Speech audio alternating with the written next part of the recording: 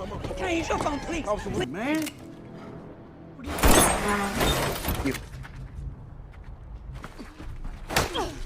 You did to my nephew. Everybody that can talk.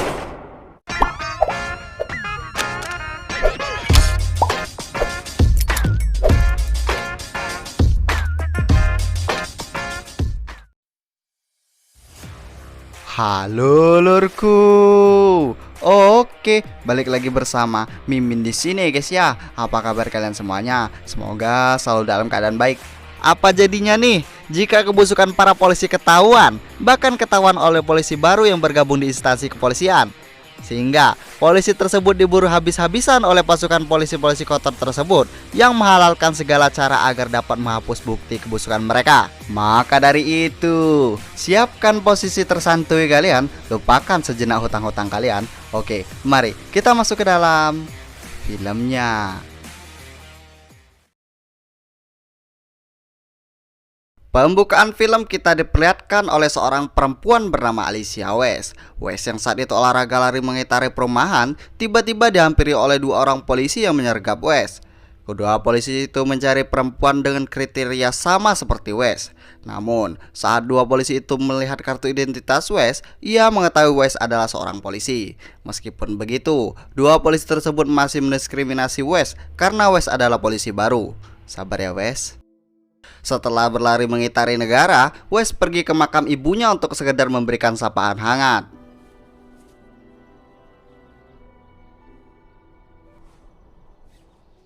Singkat cerita, West bersama rekannya bernama Jennings bersiap untuk bertugas dalam mengawasi lingkungan. Mereka selalu menggunakan bodycam untuk merekam sesuatu yang mungkin mereka temukan saat sedang bertugas di lapangan.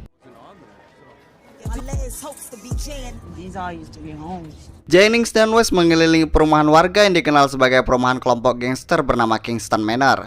Jennings mengatakan kepada West, perumahan di lingkungan itu diisi oleh orang-orang jahat. Namun West menyangkal dengan berkata bahwa tidak semuanya. Usut punya usut, ternyata perumahan itu adalah tempat tinggal West saat ia kecil. Jika dilihat dari ekspresi penghuni, tak ada jiwa yang menunjukkan ekspresi senang saat kedatangan petugas polisi. Jennings juga mengatakan polisi tak pernah menerima panggilan bantuan dari perumahan Kingston Manor. Jennings selalu mengajak West untuk sekedar membeli kopi di supermarket. Setiba di sana, Jennings tak disambut ramah oleh pemilik supermarket. Ternyata, supermarket tersebut memanggil kepolisian 2 hari yang lalu saat ada kemalingan. Namun pihak kepolisian tak memberi jawaban. Sementara di luar, West melihat keluarga Kingston Manor. West menyapa anak remaja berusia 10 tahun bernama Jamal. Namun, sapaan hangat tak West dapatkan dari ibu Jamal bernama Missy. Missy malah memarahi West karena menyapa anaknya. Saat melihat Missy, West merasa bahwa ia memiliki kenangan saat masih kecil. Namun, Missy mengatakan bahwa dia tak pernah mengenali petugas itu dan malah memaki West dengan sebutan petugas sialan. Jennings yang sudah bersiap mengeluarkan pistol saat West diajak keluarga Kingston Manor mengingatkan West untuk lebih berhati-hati. West flashback berada di lingkungan itu, apalagi saat ia bertemu dengan Moss yang ternyata adalah sepupu Missy teman kecilnya. West yang berniat membayar dibantah oleh Moss yang mengatakan polisi tak perlu membayar. Meskipun begitu, West tetap memasukkan uang tersebut ke dalam kotak. Scene kembali pada kantor polisi. Jennings dan West selalu mengupload rekaman di bodycam dan begitu setiap harinya. Setelah selesai, Jennings berniat pulang ke rumah dan kencan bersama. Namun tiba-tiba, Sersan memberinya tugas tambahan. West yang memiliki hati yang ikhlas setelah melihat keluarga Jennings yang harmonis bersedia patroli malam menggantikan tugas Jennings bersama Brown. No plans. Di lobi, West menemui Brown polisi senior. Tak hanya Brown, di sana juga ada Terry dan juga Smitey yang bertugas di bagian narkoboy. Semua orang di sana menunjukkan kesenioritasannya, seakan tak senang karena ditugaskan patroli bersama dengan anak baru. Where you before? Kandahar. Oh, And we're all gonna be wearing them soon. Tengah malam pun tiba, mereka berpatroli menuju lokasi keributan. West menahan satu pria yang diduga menjadi pemicu keributan. Tak berselang lama, pria lain muncul dengan tatapan ingin membunuh West. Brown lalu menghajarnya dan mengeluarkan pistol seakan ingin membunuh pria dari Kingston Manor itu. Namun, West terus mengingatkan Brown yang sebagai polisi senior, untuk itu ia tidak boleh main hakim sendiri.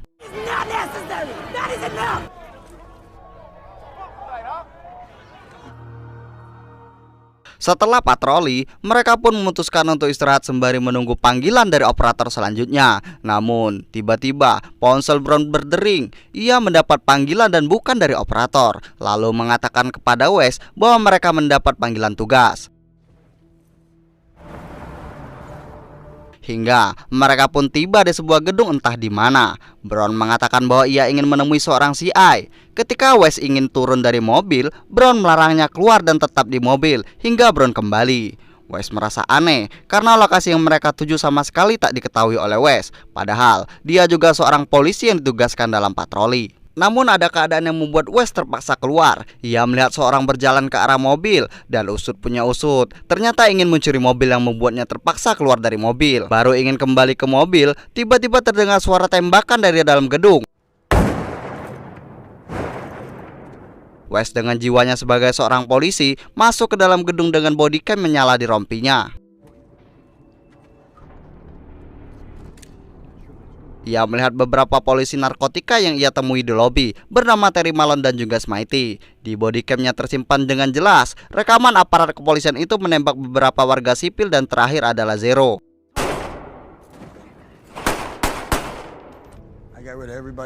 Wes yang terkejut malah dimarahi oleh Brown karena melanggar aturannya. Tiba-tiba Smitey dengan brutal menembak Wes hingga Wes terjun dan jebol ke lantai bawah.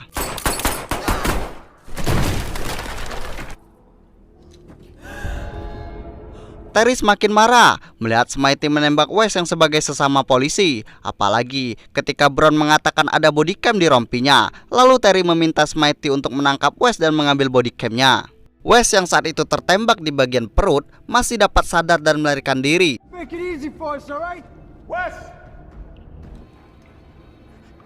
Wes menghubungi operator dan mengatakan bahwa petugas butuh bantuan. Namun suara di radio itu bisa didengar oleh Terry. Terry lalu memfitnah Wes dan mengatakan bahwa Wes hanya ketakutan dan Terry akan mengurusnya. Sambil menahan rasa sakit, Wes akhirnya bisa keluar dengan penuh dramatis karena ditembak oleh Smitey.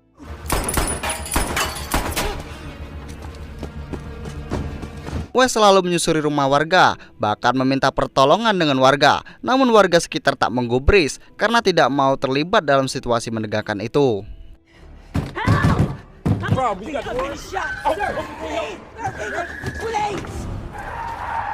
Di persimpangan mereka kehilangan Wes. Mereka bertiga lantas saling menyalahkan karena Brown membawa Wes dan karena Smitey menembaknya.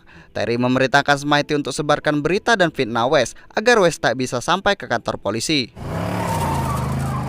Wes masih dapat mendengar suara radio bahwa Brown dan Terry masih mencarinya.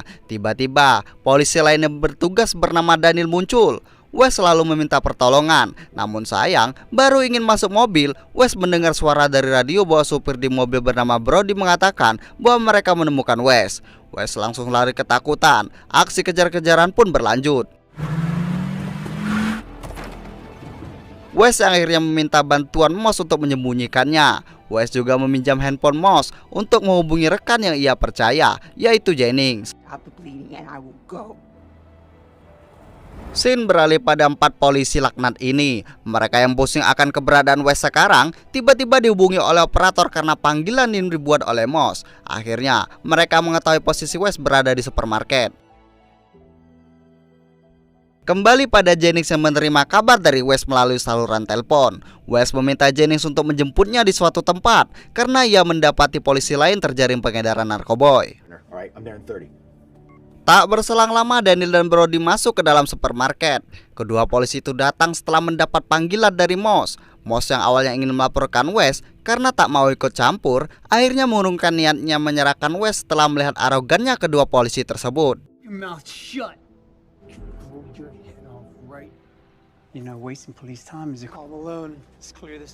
Karena pertolongan Moss, Wes akhirnya aman dan menjahit luka bekas tembaknya sendiri dengan lem perekat kayu yang ia beli di toko cabang keledokan Mang Paiman.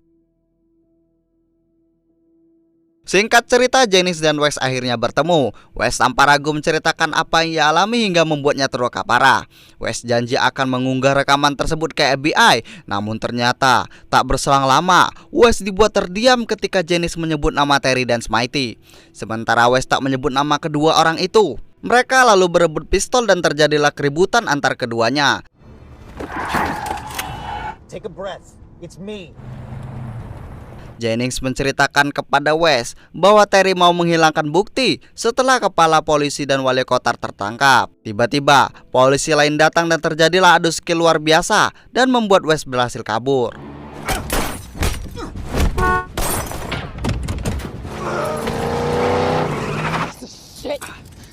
Run, and I can't help you.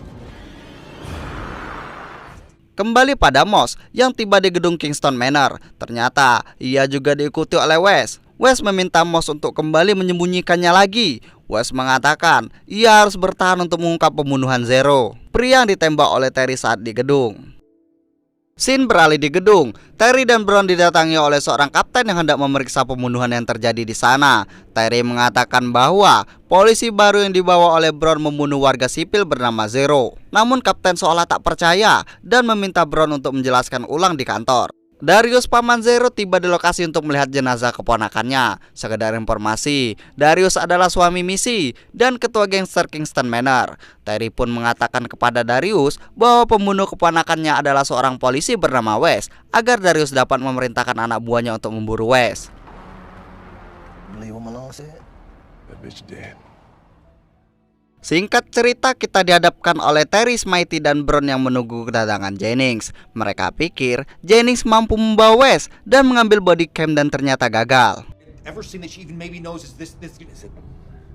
Setelah mendengar bahwa salah satu teman Wes adalah Moss, Terry dan Smitey mendatangi supermarket untuk melihat kamera CCTV. Kita dihadapkan pada Jamal yang mendapati berita bahwa pembunuh sepupunya adalah polisi yang saat ini berada di kamar Moss pamannya sendiri. Tiba-tiba Jamal datang dan menodongkan senjata kepada Wes, namun Wes masih dapat menghalangnya.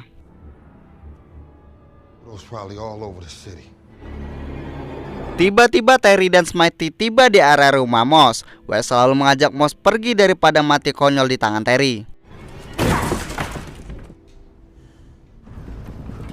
Wes dan Moss juga dikejar oleh rombongan Kingston Manor dan terjadilah baku tembak hingga membuat kaki Moss terluka.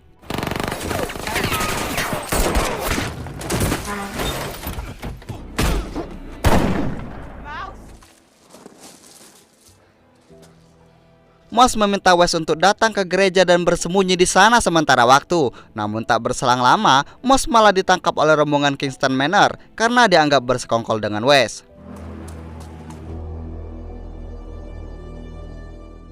Moss diajar habis-habisan oleh Darius karena tak memberitahu di mana Wes sekarang. Moss juga meyakinkan kepada Missy bahwa temannya bukan pembunuh Zero, namun Darius terus menghajarnya. Wes sudah pasrah akan kehidupan selanjutnya. Ia masuk ke dalam gedung Kingston Manor dengan PD-nya dan meletakkan bodycam di suatu tempat agar tak diambil lebih dulu oleh komplotan penjahat. Ia berjalan dengan cool melewati rombongan penghuni Kingston Manor. Tatapan mereka sinis melempari Wes dan menghajar Wes seakan ingin memutilasinya. Get your ass out of here.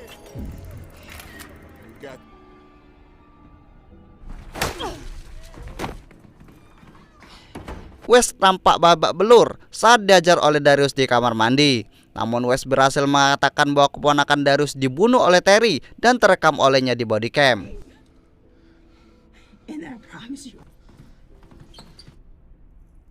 Di sisi lain, Kapten mengirim pasukan untuk menjemput Wes di gedung Kingston Manor karena bagaimanapun Wes harus ditangkap atas tuduhan pembunuhan. Wes meminta Missy untuk membebaskannya karena Missy adalah teman Wes saat ia masih kecil ketika di Kingston Manor. Namun Missy tak mampu meloloskannya. Singkat cerita, semua polisi dikerahkan untuk menemukan Wes.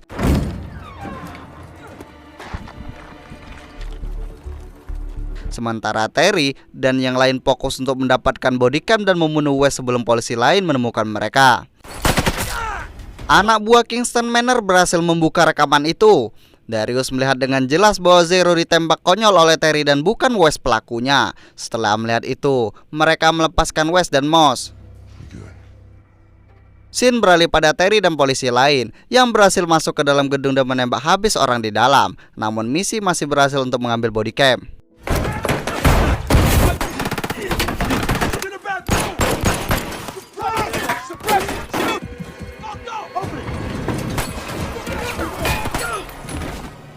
Di sanalah kita melihat adu tembak random antara polisi dan gangster, juga polisi versus polisi.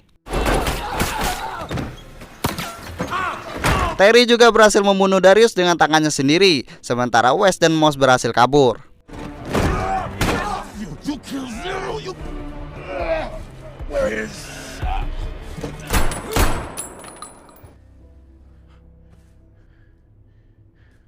Tak berselang lama, Smitey juga membunuh Brown, rekannya sendiri.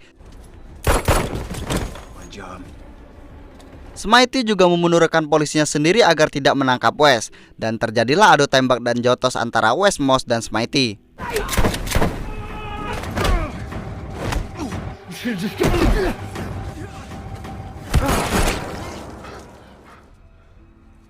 Wes dan Moss selalu memutar otak agar body cam dapat sampai di tangan FBI dan dapat mengunggah video itu sebelum Terry membunuh mereka. Wes selalu menyerahkan body cam ke tangan Moss agar Moss dapat ke kantor polisi lebih dahulu menggunakan baju polisi. Jennings yang melihat Moss keluar menggunakan baju polisi membiarkan Moss pergi untuk keselamatan Wes. Masih ada baiknya juga ya Jennings ini. Lanjut pada Wes yang berupaya untuk menyelamatkan dirinya sendiri di saat Terry memburunya demi body cam. Wes!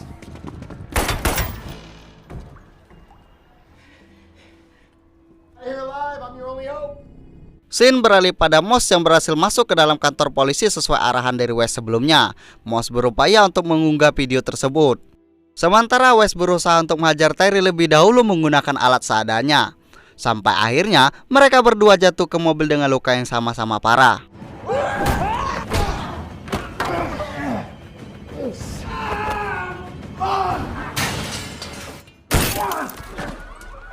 Warga Kingston Manor hanya bisa melihat tanpa adanya upaya apa-apa, melihat mereka beradu skill. Wes berhasil menguasai senjata, namun tiba-tiba polisi lain ingin menembak Wes dari atas, sehingga Wes kembali meletakkan senjatanya.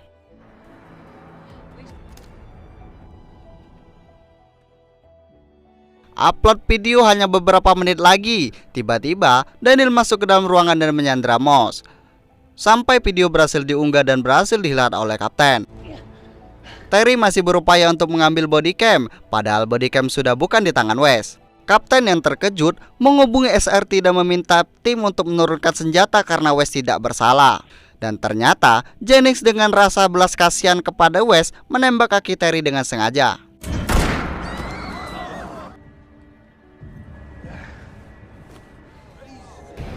Akhirnya Terry berhasil ditangkap dan pujian didapatkan oleh Wes. Begitu juga dengan Moss yang berhasil menghajar Daniel.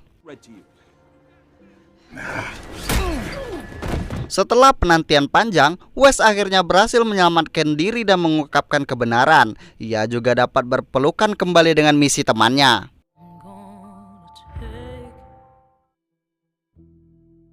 Di akhir film kita diperlihatkan oleh Wes dan Moss yang tiba di pemakaman ibunya untuk memberi salam dan mengucapkan syukur karena masih diberi kesempatan hidup. Karena kejadian itu, mereka akhirnya cinlok.